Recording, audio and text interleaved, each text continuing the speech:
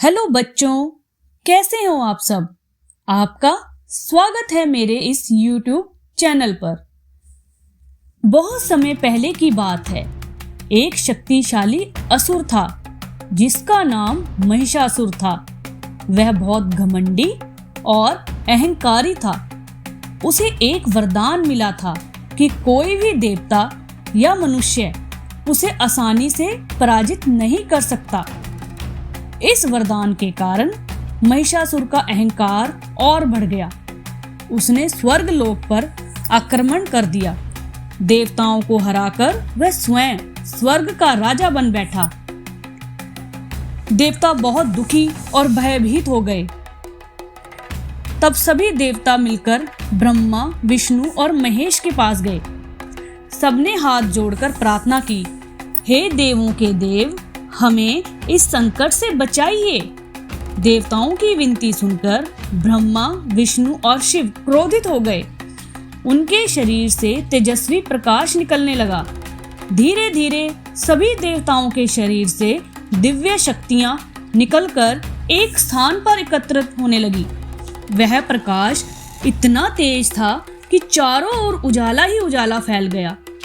उस दिव्य प्रकाश से एक अद्भुत देवी प्रकट हुई। वह थी माँ दुर्गा। माँ दुर्गा 8 भुजाओं वाली थी। उनके हर हाथ में अलग अलग दिव्य अस्त्र थे। वह सिंह पर सवार थी और उनका चेहरा शांत लेकिन अत्यंत शक्तिशाली था। देवताओं ने माँ दुर्गा को प्रणाम किया और कहा, हे माँ, केवल आप ही हमें महिषासुर से बचा सकती हैं। माँ दुर्गा ने मुस्कुराकर कहा, चिंता मत करो, सत्य और धर्म की हमेशा जीत होती है। इसके बाद माँ दुर्गा और महिषासुर के बीच भयंकर युद्ध हुआ। आसमान में बिजली चमकने लगी, पर्वत कांपने लगे। महिषासुर कभी भैंसी का रूप धारण करता, कभी किसी और रूप में बदल जाता, लेकिन माँ दुर्गा अडिग रही। अंत में माँ दुर्गा की दिव्य शक्ति के सामने महिषासुर टिक ना पाया। उसका अहंकार टूट गया और वह पराजित हो गया। चारों ओर शांति छा गई। आकाश से देवता फूल बरसाने लगे। ब्रह्मा, विष्णु, शिव और अन्य सभी देवता माँ दुर्गा के सामने सिर झुकाकर खड़े हो गए।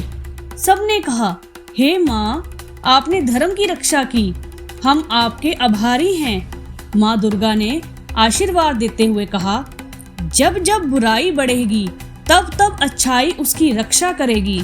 और तभी से हर वर्ष नवरात्रि में माँ दुर्गा की पूजा की जाती है। शिक्षा, अहंकार और बुराई चाहे कितनी भी बड़ी क्यों ना हो, अंत में